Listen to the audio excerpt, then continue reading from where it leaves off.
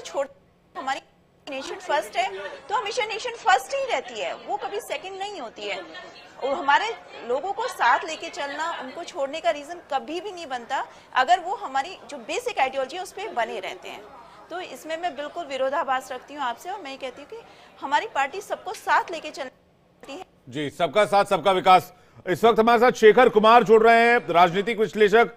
शेखर जी, स्वागत है आपका इंडिया डेली पर और बहुत बहुत धन्यवाद, आपने अपना कीमती वक्त निकाला। मेरा पहला सवाल आपसे कि क्या से क्या हो गया, बड़ा मशहूर गाना है, और जो पार्टी 60 प्लस 65 प्लस तक जाती थी वो अभी 28 सीट पर स्ट्रगल करती नजर आ रही है। सर देखिए, 60 प्लस और 65 प्लस जाना जो है वो भारतीय राजनीति में एक चमत्कार रहा है।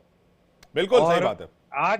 आज उसके बाद, इतने सालों की सत्ता के बाद जो अभी आम आदमी पार्टी का प्रदर्शन नजर आ रहा है फिलहाल, तो वो बीजेपी का जो प्रदर्शन रहा है उससे तो बहुत ही बेहतर है।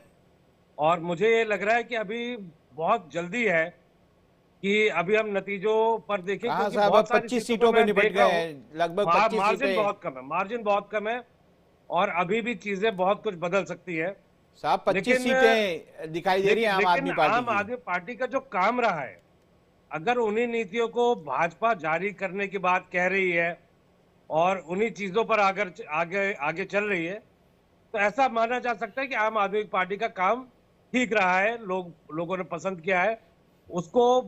मतलब एक होता है ना कि बहुत बुरी तरीके से नकार देना, ऐसा कहीं पर भी नहीं है।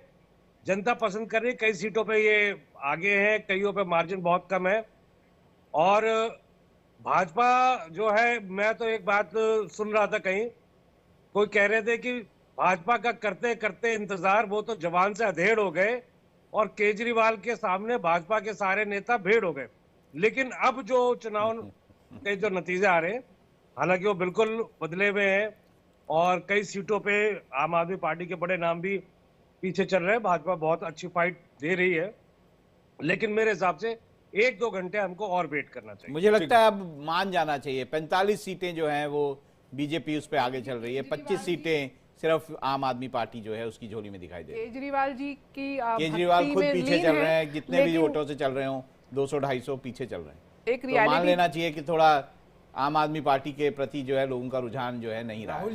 राहुल जी एक चीज और बताऊं, पिछले चुनाव में 21,000 की लीड के साथ केजरीवाल जी सत्ता में काबिज हुए थे। बिल्कुल 50% से ज्यादा हमेशा वोट मिले हैं। 295 सीट से लैग कर रहे हैं, तो आशावादी होना, सकारात्मक होना अच्छी बात है। सबसे बड़ी बात मुझे लगता है आम आदमी पार्टी को अपने नेतृत्व को बदलने की आवश्यकता है, अपने अस्तित्व को बचाने की। राहुल जी सबसे बड़ी बात सिंगल लाइनर में जो अरविंद केजरीवाल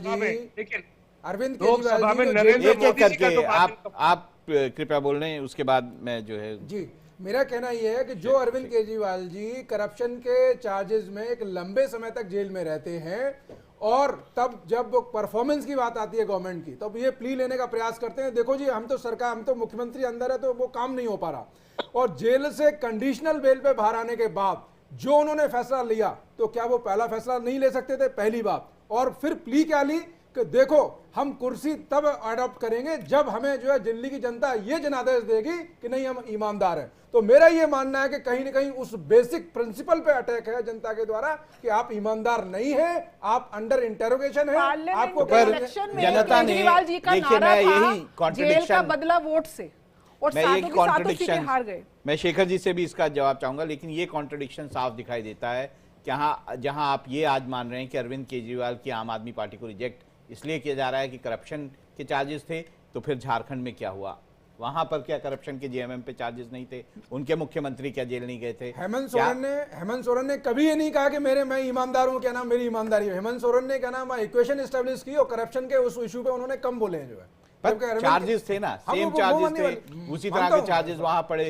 अरविंद केजरीवाल का सर वो बढ़ गया है वोट का अंतर, और 500 वोट से वो पीछे हो गया। हालांकि बहुत नेग्लिजिबल है 500 वोट, लेकिन जिस तरह की फाइट देखने को मिल रही है उसमें मुझे लग रहा है नई दिल्ली सीट का फैसला है 500 और 1000 के अंतर से ही होने वाला है, और बहुत क्लोज फाइट रहेगा वहां। कुछ भी हो सकता है वहां पे। जी शेखर जी, आप कुछ बोल रहे थे, मैंने बीच में आपको इंटरप्ट किया था।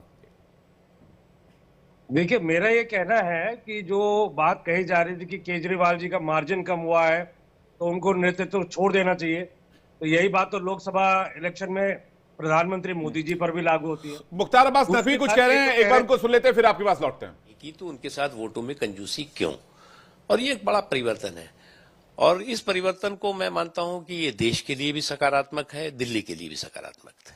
आप जो कह रहे हैं कि मुस्लिम वोट खुल के सामने आया है बीजेपी के साथ, बिल्कुल समाज का सभी तबका इस बात का अच्छी तरह से एहसास कर रहा है कि बीजेपी हो या नरेंद्र मोदी जी हो, उन्होंने किसी के साथ भी विकास सशक्तिकरण में, एम्पावरमेंट में कोई किसी तरह का भेदभाव नहीं किया, डिस्क्रिमिनेशन नहीं किया है। Development with dignity, empowerment without appeasement, without discrimination, इस संकल्प के साथ मोदी जी ने काम किया। और आपको देखना होगा कि 2014 के बाद लगभग 65-70% राज्यों में भारतीय जनता पार्टी जीती है मोदी जी के नेतृत्व में, चाहे वो उत्तर प्रदेश हो, चाहे बिहार हो, चाहे राजस्थान हो, चाहे छत्तीसगढ़ हो, चाहे मध्य प्रदेश।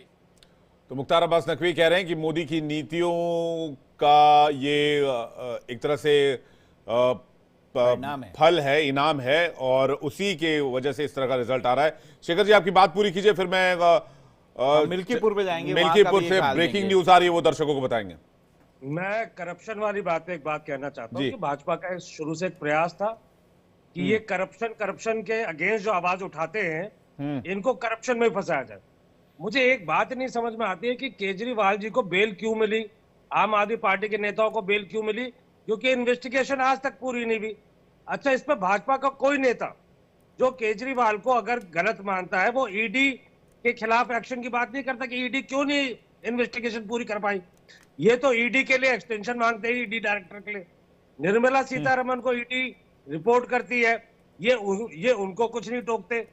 तो मसला ये है कि केजरीवाल जी ने जरूर ये बात कही कि जनता के बीच में जो परसेप्शन बन रहा है जी, हम उस परसेप्शन को देखना चाहते हैं कि जनता ईमानदार मानेगी तो हम बिल्कुल दोबारा। लेकिन आज वाली शायरी आप पर बड़ी फिट बैठेगी कि भाई मुझे तो अपनों ने लूटा, गैरों में कहां दम था, मेरी कश्ती वहां डूबी जहां पानी कम था।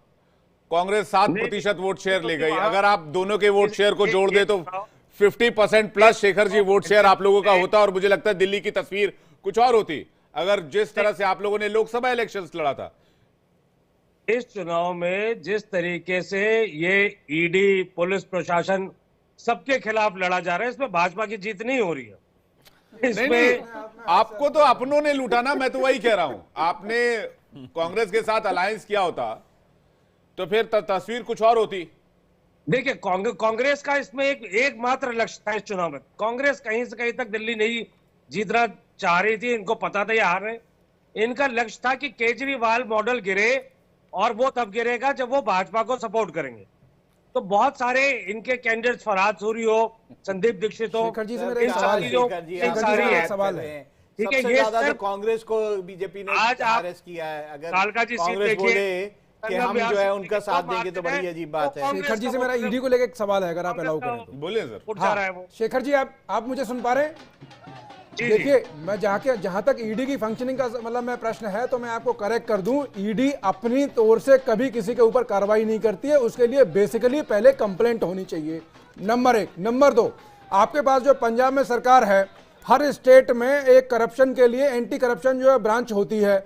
अगर आपको लगता है कि भाजपा और उसके अलाइड पार्टनर्स के जो लीडर्स हैं उनके खिलाफ कॉग्निजेबल एविडेंसेस हैं, तो क्यों नहीं आज तक आपने एक भी कंप्लेंट की? जो है चाहे पंजाब में कराइए, वेस्ट बंगाल में कराइए, तमिलनाडु में कराइए, केरला में कराइए, कर्नाटक में कराइए, तेलंगाना में कराइए। इस तरह सिर्फ बोल